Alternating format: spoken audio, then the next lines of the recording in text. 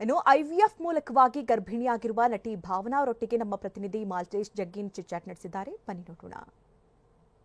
Madam, ಮೊದಲನೇದಾಗಿ ಈ ಸಂದರ್ಭದಲ್ಲಿ ಮಾತನಾಡ್ತಾ ಇರುವಂತಹ ವಿಚಾರದ ಬಗ್ಗೆ ನನಗೂ ಕೂಡ ಬೇಸರ ಇದೆ. ಬಟ್ ಕೆಲವು ಸನ್ನಿವೇಶ ಅಂದ್ರೆ ನಿಮ್ಮನ್ನ ಈ ಸ್ಥಿತಿಯಲ್ಲಿ ಇರುವಾಗ ತೊಂದರೆ ಕೊಡೋದು ಸರಿನಾ ತಪ್ಪು? ಆದ್ರೂ ಕೂಡ ಒಂದಿಷ್ಟು ಇನ್ಸ್ಪಿರೇಷನ್ ಮಾತು ನಿಮ್ಮಿಂದ ಮ್ಯಾಮ್.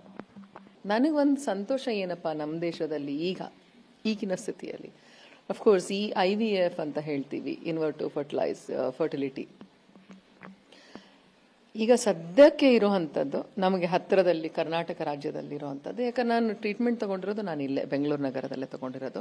ನನಗೆ ಸುಮಾರು ಜನ ಸ್ನೇಹಿತರು ನನಗೆ ಮುಂಚೆ ಸಲಹೆ ನೀಡಿದ್ರು, ಇಲ್ಲ you can go to Delhi, you can go to Bombay, you don't have to say it ಅಂತ.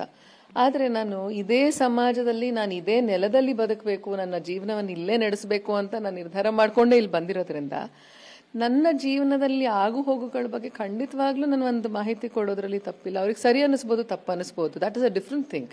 ಮ್ಯಾಮ್, ಈಗ ಒಂದು ವಿಚಾರನ ನೀವು ಪ್ರಸ್ತಾಪ ಮಾಡಿದ್ರಿ ಸೋಷಿಯಲ್ ಮೀಡಿಯಾದಲ್ಲಿ ಈ ಚರ್ಚೆ ಸಂದರ್ಭಕ್ಕೆ ಬಂದಾಗ, ಅಂದ್ರೆ 20-30ನೇ ವರ್ಷದ ಸಂದರ್ಭದಲ್ಲಿ ಅಂದ್ರೆ ಈ ಮದುವೆ ಕನಸುಗಳಾಗಿರ್ಬೋದು ಸಹಜವಾಗಿ ಇರುತ್ತೆ. ಬಟ್ ನಿಮಗೆ ಹೇಗಿತ್ತು ಆ ಸನ್ನಿವೇಶ, ಅದೆಲ್ಲವನ್ನು ಪಾಸ್ ಮಾಡಿ ಈಗ 40ನೇ ವರ್ಷದಲ್ಲಿ ಇಂತಹ ನಿರ್ಧಾರ ಆಗುವಂತಹ ಸನ್ನಿವೇಶ ಹೇಗೆ ನಿರ್ಮಾಣ ಆಯ್ತು ಅಂತ? 20ನೇ ವರ್ಷದಲ್ಲಿ ಸಹಜ, ಎಲ್ಲರಿಗೂ ಸಹಜವಾಗಿ. ನಮಗೂ ಕನಸುಗಳು ಅನ್ನೋಕ್ಕಿಂತ ಹೆಚ್ಚಾಗಿ ಅಷ್ಟೊಂದು ಜನನೂ ಇರ್ತಾರೆ ಹಿಂದೆ ಮದುವೆ ಆಗ್ಲಿಕ್ಕೆ. And then as you grow old 30ಸಿಗೆ ಬರ್ತೀವಂತ ಅನ್ಕೊಳ್ಳಿ, 30ನೇ ಹರಿಯದಲ್ಲಿ ಬರ್ತಾ ನಮ್ಮ ಜವಾಬ್ದಾರಿಗಳು ಬೇರೆ ಆಗ್ತಾ ಹೋಗುತ್ತೆ, ನಮ್ಮ ಜೀವನದ ಪ್ರಾಮುಖ್ಯತೆಗಳು ಬೇರೆ ಆಗ್ತಾ ಹೋಗುತ್ತೆ. ನಾವು ಸಂಗಾತಿಯನ್ನ ಯಾವ ಥರದವ್ರು ಬೇಕು ಅಂತ ಪಡಿಬೇಕು ಅನ್ನುವಂತಹ, ಅವರಲ್ಲಿ ನೋಡುವಂತಹ ಗುಣಗಳಾಗ್ಲಿ, ಕ್ಯಾರೆಕ್ಟರಿಸ್ಟಿಕ್ಸ್ ಆಗಲಿ, ಅದೆಲ್ಲದು ಬದಲಾಗ್ತಾ ಹೋಗ್ಬಿಡತ್ತೆ. And then when it is already 35, you don't have much of a choice left for a woman still today. In my case, I still had, I've been lucky, ಆದರೂ not much of a choice. ಆಯ್ತಾ, ಇನ್ನೇನು 40 ಹತ್ತತ್ರ ಬರ್ತಿದೆ ಅಂದರೆ ನನ್ನ ಜೀವನಕ್ಕೆ ನನ್ನನ್ನು ನಾನು ಅಳವಡಿಸ್ಕೊಂಡು ಬಿಟ್ಟಿರ್ತೀನಿ. ನಂದೇ ಒಂದು ಜೀವನ ನಡೀತಾ ಇರತ್ತೆ, ನನ್ನ ಸುತ್ತಲೇ ಏನೋ ಒಂದಷ್ಟು ನನ್ನ ಪ್ರಪಂಚ ಆಗಲೇ ಕ್ರಿಯೇಟ್ ಆಗಿಬಿಟ್ಟಿರತ್ತೆ. ಒಂದು ಭಾವನಾತ್ಮಕ ಸನ್ನಿವೇಶ.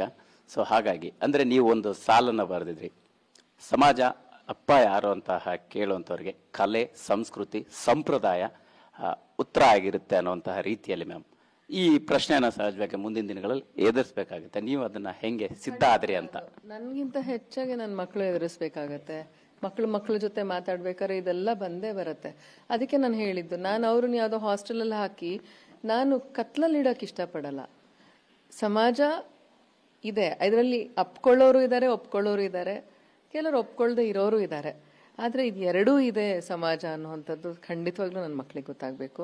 ಎಲ್ಲಿವರೆಗೆ ಸಂಸ್ಕೃತಿ ಸಂಸ್ಕಾರ ಅವರಲ್ಲಿ ಇರುತ್ತೋ ಅದು I think it will fulfil many of it ಅಂತ ಅನ್ಸುತ್ತೆ. ಮ್ಯಾಮ್, ಈಗ ವಿಶೇಷ ಅಂದ್ರೆ ಅವಳಿ ಮಕ್ಕಳು ಬರ್ತಾ ಇರುವಂಥದ್ದು, ಅವರ ಬಗ್ಗಿನ ಕನಸುಗಳು, ಕಲ್ಪನೆಗಳು ಈಗಾಗಲೇ ಅಂದ್ರೆ ಹೇಗಿರುತ್ತೆ?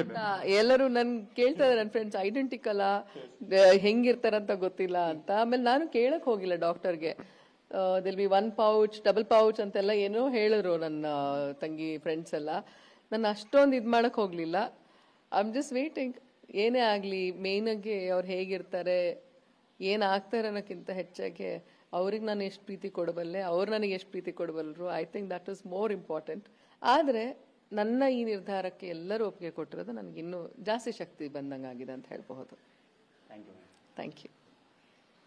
ಸೊ ಇದಿಷ್ಟು ನಟಿ ಭಾವನಾ ರಾಮಣ್ಣ ಅವರ ಮಾತಾಗಿರ್ತಕ್ಕಂಥದ್ದು.